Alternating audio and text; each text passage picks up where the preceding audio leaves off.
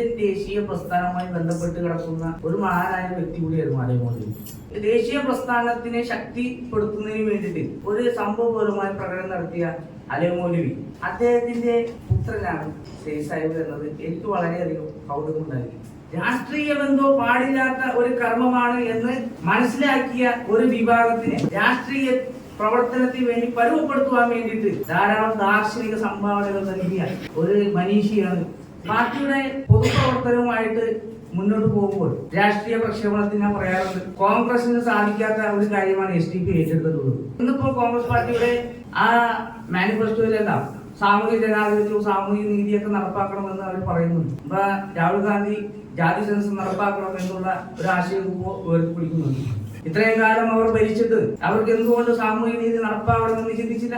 അതുകൊണ്ടാണ് ഞാൻ പലരോടും പറഞ്ഞത്, കോൺഗ്രസ് സാധിക്കാത്ത ഒരു കാര്യമാണ് SDP നടപ്പാക്കാൻ പോകുന്നത്.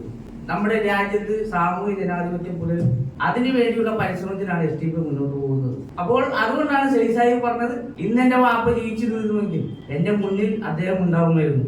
ദേശീയ പ്രസ്ഥാനത്തിന്റെ ഭാഗമായിട്ട് തന്നെ അതിന്റെ ഒരു തുടർച്ചയായിട്ടാണ് ഒരു കാലഘട്ടത്തിന്റെ ഒരു ചേട്ടമെന്നോണം പുതിയൊരു പ്രസ്ഥാനം രൂപം കൊണ്ടതും അദ്ദേഹത്തിന് അതിന്റെ ചുക്കാൻ പിടിച്ചുകൊണ്ട് മുന്നിൽ നടന്ന് പ്രവർത്തിച്ചത് എന്നാണ് ഞാൻ മനസ്സിലാക്കുന്നത്.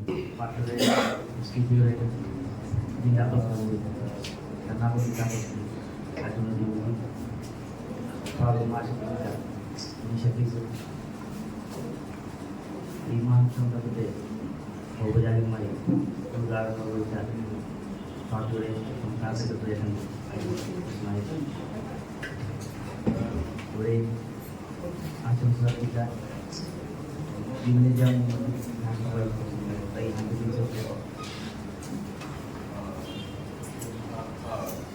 പ്രത്യേക ഈ സംരംഭത്തിൻ്റെ സ്ഥാപനത്തിൻ്റെ വിദേശ ചിന്തകൾ ഇരിക്കുന്ന പ്രൊഫസർ അൻവർ സാർ അവരുടെ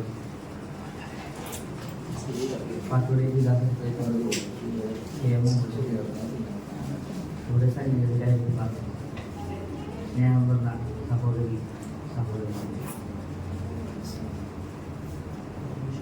നമ്മുടെ പ്രാസംഗികർ തന്നെ സയ്യിദ് സാഹിബിനെ കുറിച്ച് ഏതാണ്ട് പറഞ്ഞു കഴിഞ്ഞു. രാഷ്ട്രീയ അവതരണം ഏതാണ്ട് നടത്തിക്കൊടുക്കും. നമുക്കറിയാം, രാഷ്ട്രീയ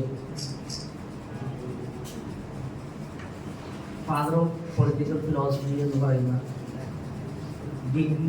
സത്യചന്ദ്രൻ പ്ലാറ്റോ, അദ്ദേഹം പറഞ്ഞൊരു വാക്യമുണ്ട്, man is a social animal. He cannot live as soul to us. If he can do so, then he is not a man but a devil. മനുഷ്യനെ ഒരു സാമൂഹിക ജീവിയാണ്. അവനെ ഒരിക്കലും ഒറ്റയ്ക്ക് ജീവിക്കാൻ സാധ്യമല്ല. രാഷ്ട്രീയ ജീവി ആയതുകൊണ്ട് തന്നെ അത് സമൂഹവുമായി ഇടപെടുന്നത് മാത്രമേ അത് ജീവിക്കാൻ സാധിക്കുകയുള്ളൂ. അഥവാ ഇനി എങ്ങാനും അവന് ഒറ്റയ്ക്ക് ജീവിക്കാൻ സാധിക്കുമെങ്കിൽ അത് മനുഷ്യനല്ല, മറിച്ചൊരു ഡെവിലാണ്, ഒരു രാക്ഷസനാണ് എന്നാണ് പറഞ്ഞിട്ടുള്ളത്. ആ തത്വം വലിയൊരു ഫിലോസഫിയാണ് പറയുന്നത്. മനുഷ്യന്റെ ജീവിതം തന്നെ രാഷ്ട്രീയ നിബിഡമാണ്. അത് കൃത്യമായും മനസ്സിലാക്കിയ ഉൾക്കൊണ്ട ഒരു നേതാവ് കൂടിയായിരുന്നു സയ്യിദ് എന്ന് ഞാൻ നിരീക്ഷിക്കുകയാണ്. കാരണം ഞാൻ പറയാം, സയ്യിദ് എന്ന വ്യക്തി അദ്ദേഹം 1956 ജനുവരി 26 ഞങ്ങൾ പിറക്കുന്നത് മലപ്പുറം ജില്ലയിലെ എടവണ്ണയിലാണ് അദ്ദേഹത്തിന്റെ സ്വത്ത്. അദ്ദേഹത്തിന്റെ പിതാവ് അലവി മൗലവി, PC ഫാത്തിമ എന്ന മാതാവ്, അവർക്കാണ് അവർ ജനിക്കുന്നത്. അവർക്ക് 8 സന്തതികളിൽ 4-മനായിരുന്നു സയ്യിദ്. അലൈമൗലവിയെ കുറിച്ച് തന്നെ യഥാർത്ഥത്തിൽ നമുക്ക് ഒരുപാട് പഠിക്കേണ്ടതുണ്ട്. അദ്ദേഹത്തെ കുറിച്ച് കാര്യമായ പഠനങ്ങൾ ഇതുവരെ ആ നിലക്ക് പുറത്തു വന്നിട്ടില്ല. ഇപ്പൊ കഴിഞ്ഞ വർഷം ഞാൻ വ്യക്തിപരമായിട്ട് അലവുമൗലവി ആരാണ് എന്നതിനെ സംബന്ധിച്ച് ഒരു പ്രബന്ധം 2024 ജനുവരി 26 കഴിഞ്ഞ വർഷം നടന്ന കേരള ഹിസ്റ്ററി കോൺഗ്രസ് നമ്മുടെ ആലുവ യൂസഫ് കോളേജ് നടന്നു. അപ്പൊ അതിനകത്ത് അലവുമൗലവിയെ കുറിച്ച് ഒരു പ്രബന്ധം അവതരിപ്പിക്കാൻ എനിക്ക് സാധിച്ചു. ഈ അലവുമൗലവിയെ ഞാൻ പരിചയപ്പെടുന്നത് ASI സാഹിബിനെ കുറിച്ച് പഠിക്കാൻ ഇറങ്ങിയിട്ടുണ്ട്. ഞാൻ വ്യക്തിപരമായിട്ട് ASI കുറിച്ച് ഒരു ജീവചരിത്രം എഴുതിക്കൊണ്ടിരിക്കുകയാണ്. അപ്പോൾ അതിന്റെ പഠനവുമായിട്ട് ഇറങ്ങിയപ്പോഴാണ് അലവുമൗലവിയെ കുറിച്ച് പരിചയപ്പെടുന്നത്. അദ്ദേഹത്തെ ഒന്ന് ഞാൻ ചെറുതായിട്ട് പരിചയപ്പെടുത്തുവാൻ ഞാൻ ആഗ്രഹിക്കുകയാണ്. അലവുമൗലവി എടവണ്ണ അലവുമൗലവി എന്നാണ് അദ്ദേഹം അറിയപ്പെടുന്നത്. അദ്ദേഹത്തിന്റെ പാരമ്പര്യം വളരെ സംഭവകരമാണ്. കാരണം നമ്മുടെ ഇന്ത്യൻ ദേശീയ പ്രസ്ഥാനവുമായി ബന്ധപ്പെട്ട് കിടക്കുന്ന ഒരു മഹാനായ വ്യക്തി കൂടിയായിരുന്നു അലവുമൗലവി. അദ്ദേഹം മലബാറില് നമുക്കറിയാം ഖിലാഫത്ത് പ്രസ്ഥാനം നിസ്സഹകരണ പ്രസ്ഥാനത്തിന്റെ ഭാഗമായിട്ടാണ് കേരളത്തിൽ ഇന്ത്യൻ നാഷണൽ കോൺഗ്രസ് വളർന്നതുള്ളത്. ആ കാലഘട്ടത്തിൽ അതിന്റെ തുടക്ക ഒരു 2ാം ജനറേഷൻ ആയിരുന്നു ശരിക്കും പറഞ്ഞ അലവുമൗലവിയുടെ കൂടുതൽ. അപ്പോൾ അതുപോലെ തന്നെ വ്യക്തിപരമായ അദ്ദേഹത്തിന്റെ മതജീവിതത്തിൽ അദ്ദേഹം ഒരു സലഫി ഒരു നവോത്ഥാന മൂവ്മെന്റുമായി ബന്ധപ്പെട്ട ഒരു വിശിഷ്ട വ്യക്തി കൂടിയായിരുന്നു അലവുമൗലവി. അപ്പോൾ അത്തരത്തിലുള്ള അതുപോലെ തന്നെ കേരളത്തിൽ ദേശീയ പ്രസ്ഥാനം മലബാറിൽ സംഭവബഹുലമാക്കുന്നതിന് വേണ്ടി അതിന്റെ സമരസജ്ജമാക്കുന്നതിന് വേണ്ടി സാധാരണക്കാരായ ആളുകളെ സംഘടിപ്പിക്കുവാനും കൂട്ടിയോജിപ്പിക്കുവാനും വേണ്ടി അലവുമൗലവി ധാരാളം പരിശ്രമിച്ചിട്ടുണ്ട്. ആ അത്തരത്തില് വലിയ എന്താണ് ആ ദേശീയ പ്രസ്ഥാനത്തിനെ ശക്തിപ്പെടുത്തുന്നതിന് വേണ്ടിയിട്ട് വലിയ ഒരു സംഭവപരമായ പ്രകടനം നടത്തിയ അലവുമൗലവി അദ്ദേഹത്തിന്റെ പുത്രനാണ് സയ്യിദ് സാഹിബ് എന്നത് എനിക്ക് വളരെയധികം കൗതുകമുണ്ടായി. ഞാൻ കാണുന്നത് അലവുമൗലവിയുടെ പ്രഭാഷണങ്ങൾ കേട്ട് കോൺഗ്രസ് പാർട്ടിയിലേക്ക് കടന്നു വന്ന ധാരാളം ആളുകളുണ്ട്. ഇപ്പൊ ആര്യാർ മുഹമ്മദിനെ പോലെയുള്ള മരിച്ചുപോയത് അദ്ദേഹം കോൺഗ്രസിന്റെ നേതാവായിരുന്നു. ഞാൻ അലവുമൗലവിയെ കുറിച്ച് പഠിച്ചപ്പോഴാണ് ഇങ്ങനെ കുറച്ച് ഇന്ന് ജീവിച്ചിരിക്കുന്നതും ആയിട്ടുള്ള ധാരാളം കോൺഗ്രസ് നടക്കുമ്പോൾ അലവുമൗലവിയുടെ പ്രസംഗം കേട്ട് പാർട്ടിയില് ദേശീയ പ്രസ്ഥാനമായിട്ട് സഹകരിക്കും, പിന്നെ പാർട്ടിയിലൊക്കെ കോൺഗ്രസ് പാർട്ടിയിൽ പ്രവർത്തിക്കുകയാണ് ചെയ്തത്. അപ്പൊ അങ്ങനെ വളർന്നു വന്ന ആര്യാർ മുഹമ്മദ് സംബന്ധിച്ച് ഒരു അനുഭവം ഞാൻ എന്റെ പഠനത്തിൽ ഞാൻ കണ്ടെത്തുകയുണ്ടായി. നമുക്കറിയാം നമ്മുടെ സയ്യിദ് സാഹിബ് ഞാൻ അതിലേക്ക് വരാം. നമ്മുടെ സയ്യിദ് സാഹിബ് നമ്മുടെ പാർട്ടിയുടെ സ്ഥാപക നേതാവാണെന്ന് പറഞ്ഞു. അതിക്ക് മുമ്പ് അദ്ദേഹം 1990-കൾ മുതൽ തന്നെ കമ്മ്യൂണിറ്റി എംപവർമെന്റ് ഡെവലപ്മെന്റുമായി ബന്ധപ്പെട്ട് അദ്ദേഹം ഇതിന്റെ ജീവിതം ആരംഭിച്ചിട്ടുണ്ട്. അതിന്റെ മുന്നണി നേതാവ് കൂടിയായിരുന്നു അദ്ദേഹം. അങ്ങനെയുള്ള ആ പ്രവർത്തനം മുന്നോട്ട് പോകുന്നതിനിടയിൽ ഡൽഹിയിൽ വെച്ച് ആര്യാർ മുഹമ്മദിനെ കാണുകയുണ്ടായി ഒരു സന്ദർഭത്തിൽ. അപ്പോൾ പരിചയപ്പെട്ടു വന്നപ്പോൾ ഈ ഇരിക്കുന്നത് ആരാണ്? ഇദ്ദേഹത്തിന്റെ പിതാവിന്റെ പേര് അലവുമൗലവിയാണ്. അപ്പോൾ ഈ ഇരിക്കുന്നത് സയ്യിദ് അലവുമൗലവിയുടെ മകനാണെന്ന് പറഞ്ഞപ്പോൾ ആര്യാർ മുഹമ്മദിന് ആകെ അത്ഭുതം തോന്നി. കാരണം അലവുമൗലവിയുടെ പ്രഭാഷണം കണ്ട തങ്ങളൊക്കെ പൊതുപ്രവർത്തനം ആരംഭിച്ചത് ആ അലവുമൗലവിയുടെ മകൻ ഇന്ന് അവർക്കൊന്നും ഇഷ്ടപ്പെടാത്ത രാഷ്ട്രീയത്തിന്റെ നേതാവായിട്ടാണ് ഇപ്പോൾ മുന്നിൽ വന്നിരിക്കുന്നത്. 2-3 തവണ വെള്ളം കുടിച്ചു എന്നാണ് പറയുന്നത് ആര്യാർ മുഹമ്മദ്. അപ്പോൾ അലവുമൗലവിയുടെ മകൻ എങ്ങനെയാണ് ഈ എടാകുളത്തിൽപ്പെട്ടത് എന്നുള്ള ഒരു നാടൻ പ്രയോഗമാണ് നടത്തിയത്. അലവുമൗലവിയുടെ മകൻ എങ്ങനെയാണ് ഇങ്ങനെ ഒരു എടാകുളത്തിൽപ്പെട്ടത് എന്ന് ചോദിച്ചപ്പോൾ സയ്യിദ് സാഹിബ് അദ്ദേഹത്തിന് കൊടുത്ത മറുപടി ഇങ്ങനെയായിരുന്നു: ഇന്നെന്റെ വാപ്പ ജീവിച്ചിരുന്നിരുന്നെങ്കിൽ എന്റെ മുന്നിൽ എന്റെ വാപ്പുണ്ടാകുമായിരുന്നു എന്നുള്ള മറുപടിയാണ് കൊടുത്തത്. ഞാൻ ഇവിടെ കാണാൻ ഉദ്ദേശിച്ചത് പാർട്ടിയുടെ പൊതുപ്രവർത്തനവുമായിട്ട് മുന്നോട്ട് പോകുമ്പോൾ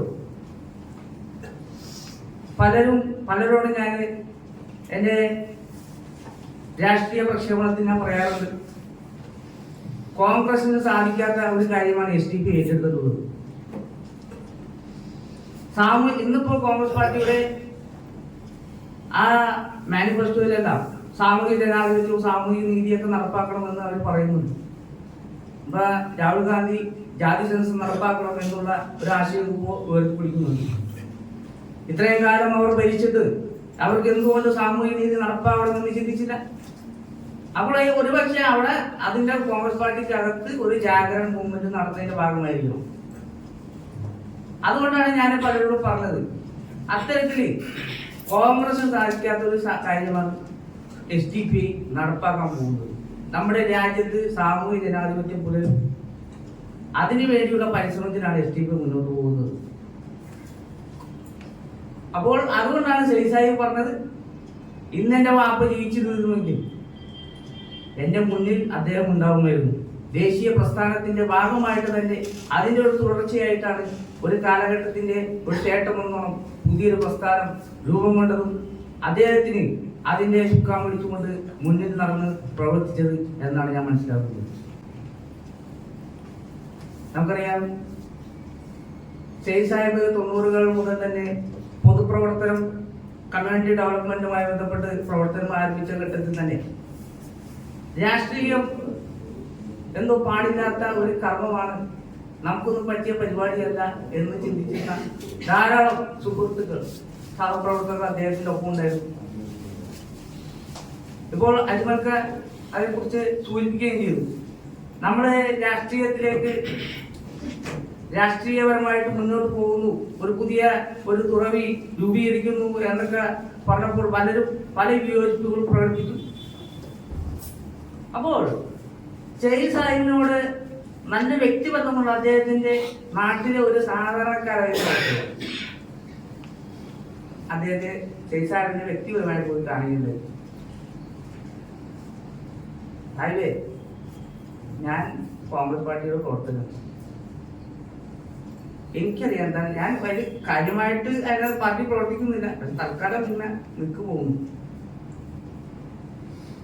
ഇത് അവിടെ നടക്കുന്നത് എന്താണെന്ന് എനിക്കറിയാം, അവിടെ എന്താണ് നടക്കുന്നത് എന്ന് എനിക്കറിയാം, കൃത്യമായി ബോധ്യമുണ്ട്. അത് നമ്മുടെ പരിസരത്തിലേക്ക് കൊണ്ടുവരേണ്ടതുണ്ടോ? നമ്മൾ എന്തിനാണ് ആ തരത്തിലുള്ള ആ വക ഇടപാടുകൾ നമ്മളിലേക്ക് കൊണ്ടുവരുന്നത് എന്നുള്ള ഒരു സംഗതി സ്വാഭാവികമായി ഒരു നിഷ്കളങ്ക സാധാരണ അദ്ദേഹത്തിന്റെ സഹപ്രവർത്തകൻ ആ സമയത്ത് ചോദിച്ചു. അദ്ദേഹം ഷെയ്ഖ് സാഹിബ് അവിടെ കൊടുത്ത മറുപടി ഒരു സാധാരണക്കാരായ ഒരു പ്രവർത്തകനെ എങ്ങനെ മനസ്സിലാക്കാം എന്നുള്ള ഒരു ഉപമയോട് കൂടിയാണ് പറയുന്നത്. ഞാൻ അവിടെ സൂചിപ്പിക്കുന്നത് ഷെയ്ഖ് സാഹിബിന്റെ ആ ദാർശനിക ലാളിത്യത്തെ കുറിച്ചാണ്. വളരെ സാധാരണക്കാരായ ആളുകൾക്ക് എളുപ്പം ഗ്രഹിക്കാൻ കഴിയുന്ന ഒരു ആശയ സംവേദനത്തിന്റെ ഒരു സമീപനമായിരുന്നു ഷെയ്ഖ് സാഹിബ് ഉണ്ടായിരുന്നു. ഷെയ്ഖ് സാഹിബ് കൊടുത്ത മറുപടി ഇങ്ങനെയായിരുന്നു, നോക്കൂ, നമുക്ക് ഒരു കിണറുണ്ട്, ആ കിണറ് നമുക്ക് നല്ല ജലം നൽകുന്നു, നമ്മുടെ ദാഹം അകറ്റുന്നു, നമുക്ക് ജലം നൽകുന്നു നമ്മുടെ കിണറ്. അതിനകത്ത് ധാരാളം ചപ്പും ചവറുകളും വീണ് അത് മലീമസമായി എന്ന് വെച്ച് നമുക്ക് ആ കിണറിനെ ഉപേക്ഷിക്കാനാവുമോ? നമ്മൾ എന്താണ് ചെയ്യുക? നമ്മൾ ആ കിണറിൽ ഇറങ്ങിച്ചെന്നായിട്ട് നമ്മളാ മാലിന്യങ്ങൾ എടുത്തു മാറ്റി ആ കിണറിനെ അതിന്റെ നിലവാരത്തിലേക്ക് തിരിച്ചു കൊണ്ടുവരികയല്ല ചെയ്യുന്നത്. അതല്ലേ അതിന്റെ യുക്തി എന്ന് ഒരു ലളിത ഉപമയോടുകൂടി ആ പ്രവർത്തകനെ അദ്ദേഹം ഉണർത്തുകയാണ് ചെയ്തത്. നമ്മുടെ രാഷ്ട്രീയത്തിലേക്ക് പ്രവേശിച്ചത് ആ മാലിന്യത്തിന്റെ ഒപ്പം ചേരുവാൻ വേണ്ടിയല്ല. ആ മാലിന്യം രാഷ്ട്രീയമെന്ന നമ്മുടെ ഈ ഒരു പൊതു കിണർ അത് നമുക്ക് നല്ല ദാഹം നൽകുന്നു. ഒരു സാമൂഹിക ജീവി എന്ന നിലക്ക് നമുക്ക് രാഷ്ട്രീയം ഒഴിച്ചു നിർത്തുവാൻ സാധിക്കാത്ത ഒരു വ്യവഹാരമായതിനാൽ നമുക്കത് ശുദ്ധമായ ജലം നമുക്ക് ലഭിക്കേണ്ടതുണ്ട്. ധാരാളം മാലിന്യമുണ്ട്, ആ മാലിന്യം എടുത്തു മാറ്റുക എന്നുള്ള ഉദ്ദേശത്തിലാണ് നമ്മൾ ആ ഒരു ദൗത്യ നിർവഹണത്തിന് മുന്നോട്ട് വന്നിട്ടുള്ളത് എന്നുള്ള ഒരു ഉപമയാണ് നൽകിയത്. ഈ പഠനവുമായി ബന്ധപ്പെട്ട്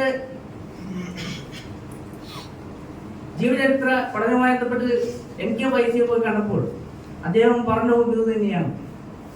ഒരു ജനതയെ രാഷ്ട്രീയപരമായിട്ട് പാകപ്പെടുത്തിയെടുക്കുന്നതിന് വേണ്ടിയിട്ട് രാഷ്ട്രീയ ബന്ധോ പാടില്ലാത്ത ഒരു കർമ്മമാണ് എന്ന് മനസ്സിലാക്കിയ ഒരു വിഭാഗത്തിനെ രാഷ്ട്രീയ പ്രവർത്തനത്തിന് വേണ്ടി പരുവപ്പെടുത്തുവാൻ വേണ്ടിയിട്ട് ധാരാളം ദാർശനിക സംഭാവനകൾ നൽകിയ ആ നിലക്ക് പരിവർത്തനത്തിന് വിധേയമാക്കിയ ഒരു മനീഷിയാണ് ശ്രീ സാഹിബ് എന്നാണ് MK വൈസി അദ്ദേഹം പറഞ്ഞത്.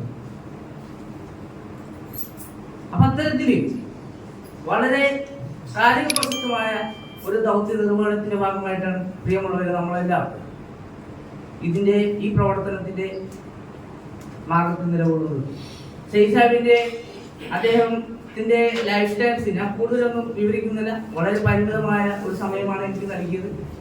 ഏതായിരുന്നാലും ഇന്നിവിടെ സയ്യിദ് പൊളിറ്റിക്കൽ സ്റ്റഡി സെന്റർ എന്ന ഒരു സംരംഭം നമ്മൾ തുടക്കം കുറിക്കുകയാണ്. അതുമായി ബന്ധപ്പെട്ടാണ് നമ്മളിവിടെ ഒത്തുചേർന്നിട്ടുള്ളത്. ആ സ്റ്റഡി സെന്ററിന്റെ നമുക്കറിയാം അതിന്റെ ഉദ്ദേശം എന്ന് പറയുന്നത് അതിനെക്കുറിച്ച് കൂടുതൽ വിശദീകരിക്കാൻ അൻവർ സാഹിബുണ്ട്.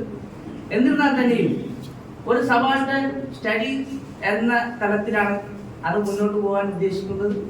നമ്മളുടെ സയ്യിദ് സാഹിബിന്റെ കർമ്മവും പദ്ധതിയും അദ്ദേഹത്തിന്റെ വിഷനുമെല്ലാം ആ ഒരു മാർജിനലൈസ് ചെയ്യപ്പെട്ട അധസ്ഥിത പിന്നോക്ക വിഭാഗത്തിന്റെ ഒരു ഉന്നമനമായിരുന്നു ലക്ഷ്യം വെച്ചതെങ്കിൽ അദ്ദേഹത്തിന്റെ പഠനങ്ങളും ദർശനങ്ങളും എഴുതപ്പെട്ട രചനകളും എല്ലാം തന്നെ അതിപ്പോ ഹൃദയതേജസ് എടുത്തു നോക്കിയാലും അകക്കണ്ണ്, അദ്ദേഹത്തിന്റെ എന്താണ് ദീനുൽ ഹക്ക്, അതുപോലെ തന്നെ മറ്റ് അൻഫാൽ പോരാട്ടങ്ങളും പശ്ചാത്തല വേദങ്ങളും അങ്ങനെയുള്ള നിരവധി കൃതികളുണ്ട്. അതിലെല്ലാം നമുക്ക് വിഭാവന ചെയ്യുന്ന ആശയം എന്ന് പറയുന്നത് ആ നിലക്കുള്ള അധസ്ഥത മർദ്ദിത ജനവിഭാഗത്തിന്റെ വിമോചനവുമായി ബന്ധപ്പെട്ടതാണ്. ആ വിമോചന പാതയിൽ ഒരുപാട് പഠനങ്ങൾ ഇനിയും സംഭവിക്കേണ്ടതുണ്ട്, നടക്കേണ്ടതുണ്ട്. അത്തരത്തിലുള്ള പഠനങ്ങൾ ഊർജപ്പെടുത്തുക, കൂടുതൽ ഈ പറഞ്ഞ ഭൗതിക മണ്ഡലത്തിലേക്ക് കൊണ്ടുവരിക എന്നുള്ള ഉദ്ദേശത്തോടു കൂടിയാണ് തീർച്ചയായും അദ്ദേഹത്തിന്റെ നാമധേയത്തിൽ തന്നെ നമ്മളെ പുതിയ ഒരു സംരംഭം ഇവിടെ തുടക്കം കുറിക്കുന്നു.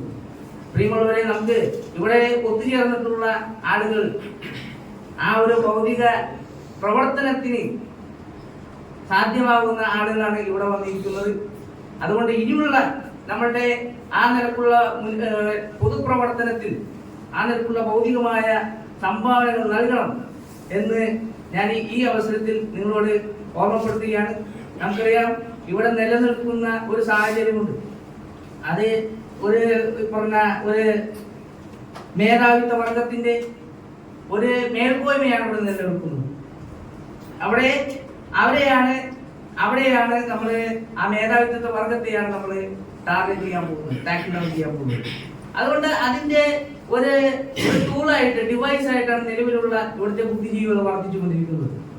നിലനിൽക്കുന്ന ഒരു സംഘപരിവാർ സാംസ്കാരിക അധീശത്വം നിലനിൽക്കുമ്പോൾ അതിന് ബദലായിട്ട് പുതിയൊരു അധീശത്വം, ഒരു സാമൂഹിക ജനാധിപത്യത്തിന്റെ ഒരു അധീശത്വം സ്ഥാപിച്ചെടുക്കുന്നതിന് വേണ്ടി ആണ് നമ്മൾ മുന്നോട്ട് പ്രവർത്തിക്കുമ്പോൾ അവിടെ താഴെ ഇറക്കുവാൻ ഇവിടെ നമ്മുടെ സമൂഹത്തിൽ നിലനിൽക്കുന്ന ബുദ്ധിജീവികളെയും അക്കാഡമിഷ്യന്മാരെയും എല്ലാം അവർക്ക് നമ്മളുടെ ആ നിലക്കുള്ള സാമൂഹിക ജനാധിപത്യത്തിന്റെ ഭൗതിക തലം പരിചയപ്പെടുത്തുവാനും അവരെ ആ നിലക്ക് ആശ്ലേഷിപ്പിക്കുവാനുമുള്ള ഒരു പരിശ്രമത്തിന്റെ ഭാഗമായിട്ട് കൂടിയാണ് അത്തരത്തിലുള്ള ഭൗതിക രചനകൾ ഇനി നടക്കേണ്ടതുണ്ട്. ആ തരത്തിലുള്ള പ്രവർത്തനങ്ങൾ ശക്തിപ്പെടുത്തുക എന്നുള്ള ഉദ്ദേശത്തോടു കൂടിയാണ് നമ്മൾ ഇങ്ങനെയുള്ള ഒരു പ്രവർത്തനം നമ്മൾ തുടങ്ങി കുറിക്കുന്നത്. അതിനെ എല്ലാവരും ആ നിലക്കുള്ള ഉത്തമമായ ലക്ഷ്യത്തോടു കൂടി തങ്ങളുടേതായ സംഭാവനകൾ നൽകണമെന്ന് ഈ സന്ദർഭത്തിൽ താല്പര്യപ്പെട്ടുകൊണ്ട് ഞാൻ എന്റെ വാക്കുകളോടെ സംബന്ധിക്കണം.